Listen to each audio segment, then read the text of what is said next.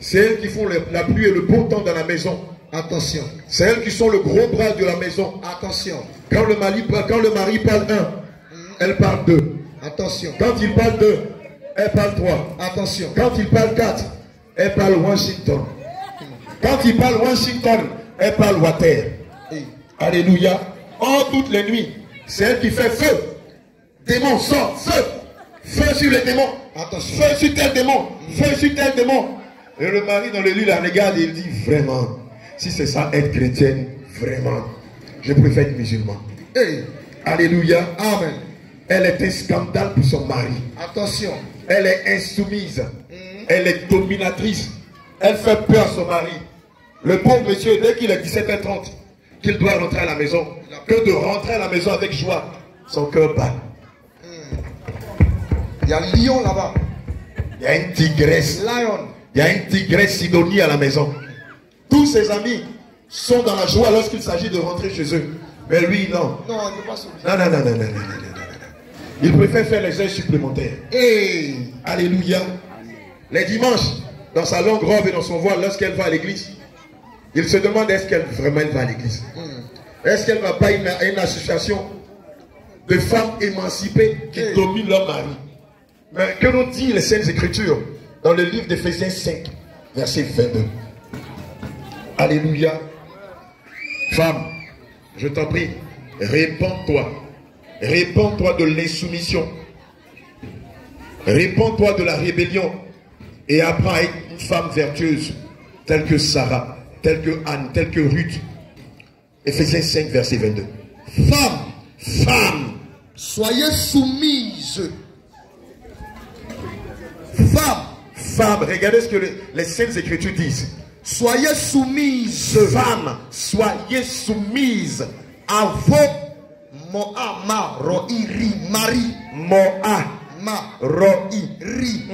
à vos maris. Alléluia.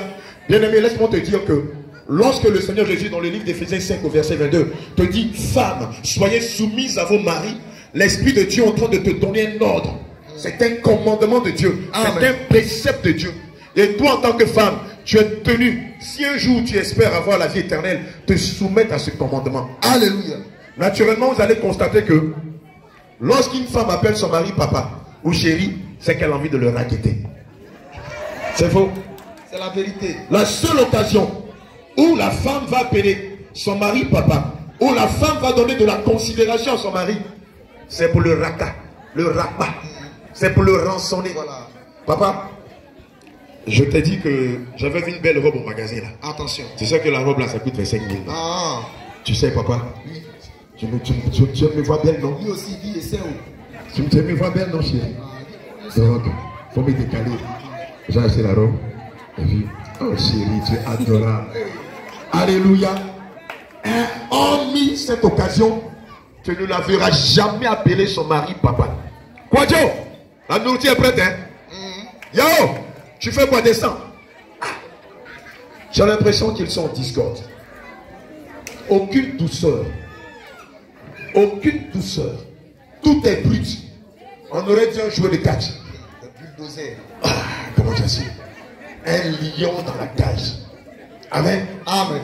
Femme chrétienne, je t'exhorte à apprendre par le Saint-Esprit à être une femme douce. Amen. Amen. Malheureusement, la plupart des femmes ont tendance à croire que être soumise, ça veut dire être bête. Je te dis une chose. Non. Dieu ne parle pas en vain. Les Saintes Écritures ne parlent pas en vain. Je veux te dire que la soumission est l'arme la plus terrible devant son mari. Tu ne m'as pas compris.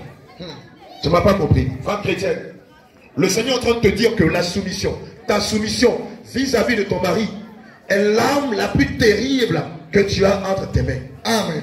Demandez aux hommes quand les femmes sont soumises. Alléluia. Quand c'est le cas, regardez ce qui se passe. Il y a une grande confiance qui règne entre l'homme et sa femme. L'homme est prêt à tout pour son épouse. Il est prêt même à donner sa poitrine, sa vie pour son épouse, comme Christ nous a donné sa vie à la croix pour le salut de nos âmes. Amen. Vous allez voir que dans tout couple où la femme est soumise, l'un des premiers caractères que vous verrez, c'est la peine. Le couple est en peine. Amen. Il n'y a pas de bruit là-bas.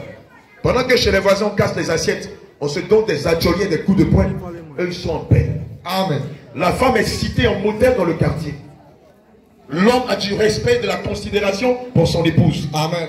Lorsqu'il sort, il a toujours le désir de lui offrir des petits cadeaux. C'est ça. Il ne lui cache pas son salaire. C'est ça. Souvent même, c'est à la femme soumise qui dira, voici mes 100 000 francs de salaire. Oui. Maman, que veux-tu qu'on fasse ce mois-ci? Quelles sont nos projections? Qu'est-ce qu'on peut faire? Écoute-moi très bien, ma bien-aimée. Mais par contre, cependant, dans un couple où la femme est autoritaire, elle est dominatrice, elle est acariate, l'homme ne compose pas avec sa femme. C'est clair. Il n'y a aucune complicité entre les deux. Il ne la supporte même pas. Regardez, vous allez constater que le premier caractère qu'on verra dans un couple où la femme est dominatrice, les deux ne prient jamais ensemble. C'est vrai.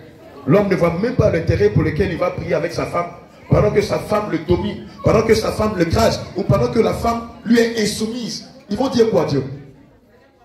L'homme et la femme diront quoi à Dieu? Seigneur, la femme dira, Seigneur, donne-moi toujours l'autorité pour l'écraser. Et l'homme dira, Seigneur, touche le cœur de ma femme afin qu'elle soit une femme soumise. Regardez déjà, même il y a division.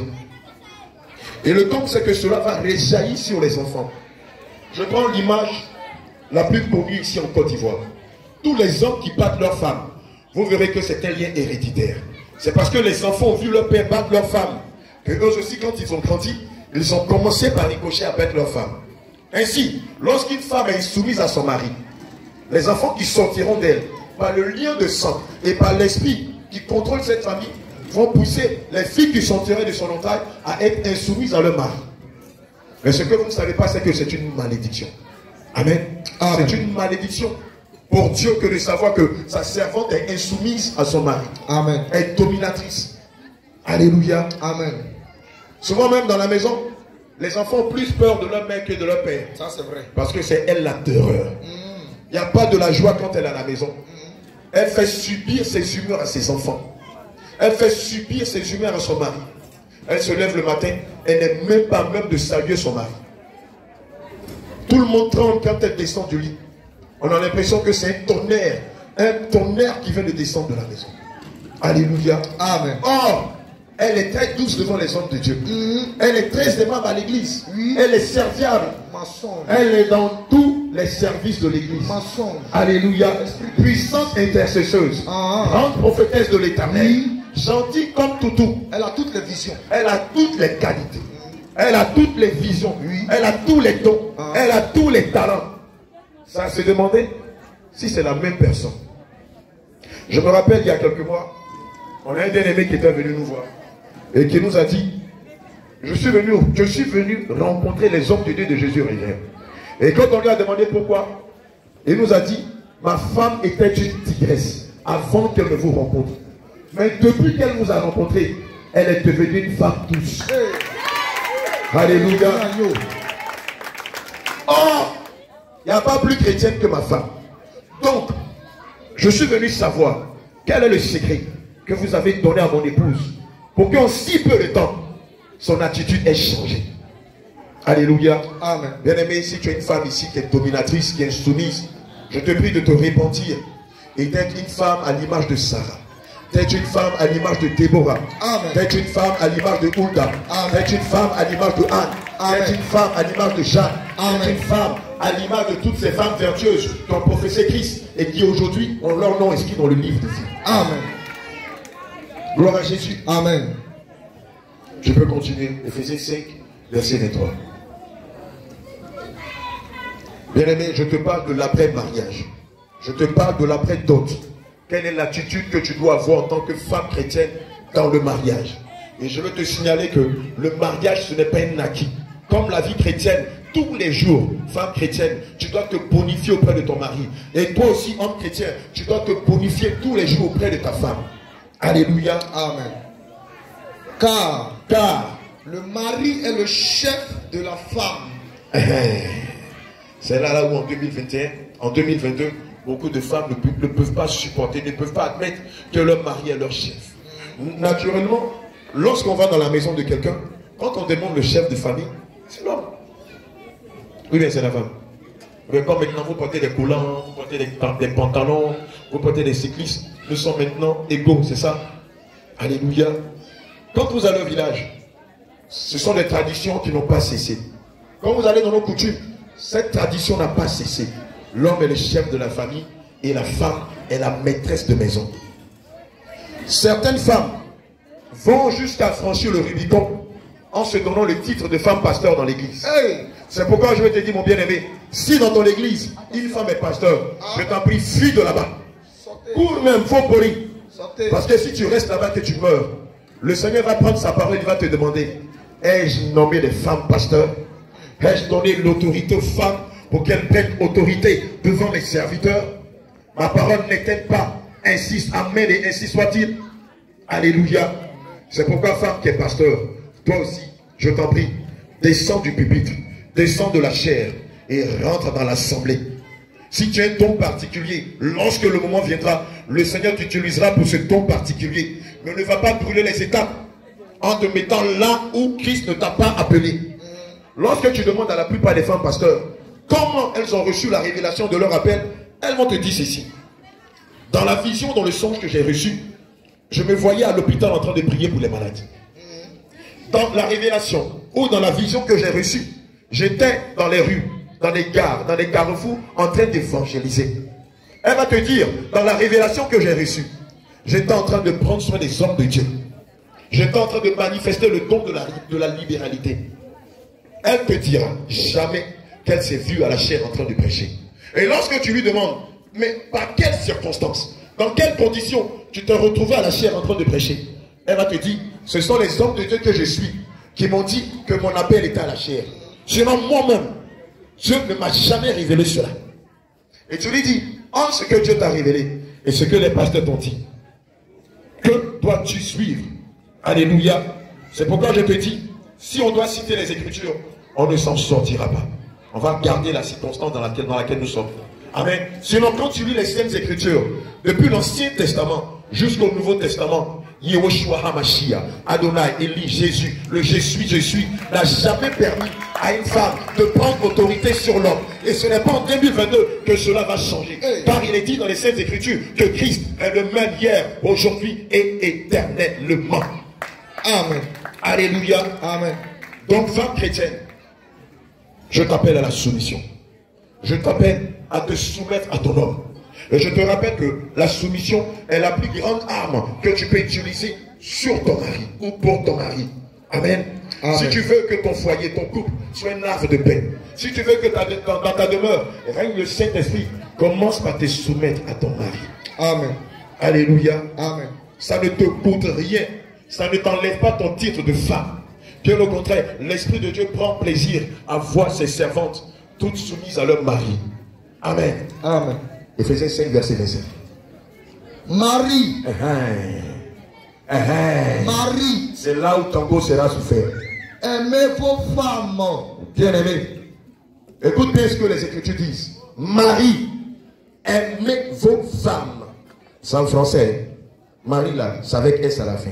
C'est ça. C'est avec S. C'est pas un seul mari qui va aimer plusieurs femmes. Parce que nous, on se connaît. Vous êtes souvent dans des conjonctures verbales. Vous avez vu, non? Dieu a dit, Marie, aimez vos femmes. Ce qui veut dire que je dois prendre plusieurs femmes. Ce n'est pas de ça qu'il s'agit. Ça veut dire que toi, qui as épousé ta cote, tu te dois de l'aimer. Amen. Tu te dois de la chérir. Tu te dois de prendre soin d'elle. Tu te dois de veiller sur elle. Tu te dois d'être attentionné à son égard. Tu te dois d'être son défenseur. Tu te dois d'être son protecteur. Tu te dois d'être un père, un aîné pour elle. Et non le contraire. Tu ne peux pas aimer une femme et avoir une vue sur une autre femme. Tu ne peux pas dire que tu as épousé une femme et puis tu fais des after-hop. Il est 17h30, maximum 19h, tu dois être chez toi. Et jusqu'à 21h, tu es au maquis en train de rouler tes petites hanches devant une gamine de 20 ans. En train de danser chalaï. Comment on danse ça? Chalaï. Chalaï. On danse plus ça. Chalaï. On danse plus ça. Alléluia. Ah, il a 45 ans, 50 ans, 40 ans. et puis il fait des roues casse-casse avec une jeune fille de 20 ans. Il va te tuer. Alléluia. Et souvent même pour tenir la route, il va prendre des Viagra. Amen. Quand le Seigneur Jésus lui fait grâce d'avoir quelques cheveux blancs, rapidement il va demander à ce qu'on mette du noir dans les cheveux. Il va mettre du yomo pour tenir la route, pour ne pas que la jeune fille l'appelle tonton. Amen. Amen. Et le week-end, qu'est-ce qu'il va dire à sa femme? Il va en mission. Il travaille à Yopougon. Il dit qu'il va en mission à Noé. Or, il a Jacquesville ou à Bassam dans un hôtel. Et lorsque sa femme l'appelle pour avoir de ses nouvelles, s'il te plaît, je suis en réunion, je te rappelle. Je suis en réunion, je suis devant mon patron. Il souffle dedans. Je suis devant mon patron. Je te rappelle dans quelques instants. Alléluia. Amen. Amen. Galates 6, verset 7. Galates 6, verset 7 à 8 dit qu'on ne se moque pas de Dieu. Ce que l'on aura semé, il le moissonnera. Si tu n'aimes pas la bonne dame, pourquoi tu l'as mariée? S'il est difficile pour toi d'aimer celle que tu as épousée, mais qui t'a demandé de la marier? Est-ce qu'on t'a obligé à la marier? Est-ce que quelqu'un t'a mis un couteau sur la tempe pour te dire si tu ne le pousses pas, on va t'égorger? Non. Mais si tu as décidé de l'aimer, c'est parce que tu as vu en elle des vertus, des qualités, un caractère qui t'a plu. Mais pourquoi tu ne la gardes pas? Ce que tu aimes dehors, pourquoi tu ne le fais pas à la maison? Alléluia. Amen. Ce que tu apprécies sur les autres dehors, pourquoi tu ne le donnes pas à ta femme? Amen. Et du coup, on marie une femme. Et la femme devient un peu comme la nounou, la bonne de la maison. À la limite même, elle devient le souffre-douleur à la maison. On devient comme un gros bras pour sa femme. 1, 2, 3, elle a un makiwara, coup des poings, coup des pieds, hypercute. Quand elle sort, elle a un beurre noir. Elle est obligée de mentir à sa famille pour te protéger.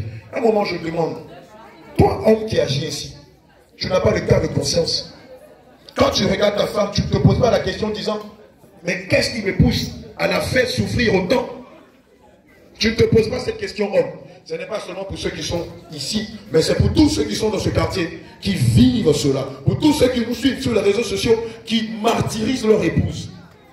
Si tu ne l'aimes pas, qui t'a demandé de l'épouser? Marie, aimez vos femmes. Je vais dire à quelqu'un, peut-être que tu ne le sais pas. Dans l'un des secrets de la prospérité, dans l'un des secrets de l'élévation, de la bénédiction, il y a le mari, aimez vos femmes. Demandez à tous les hommes qui ont fait souffrir le martyr à leurs femmes.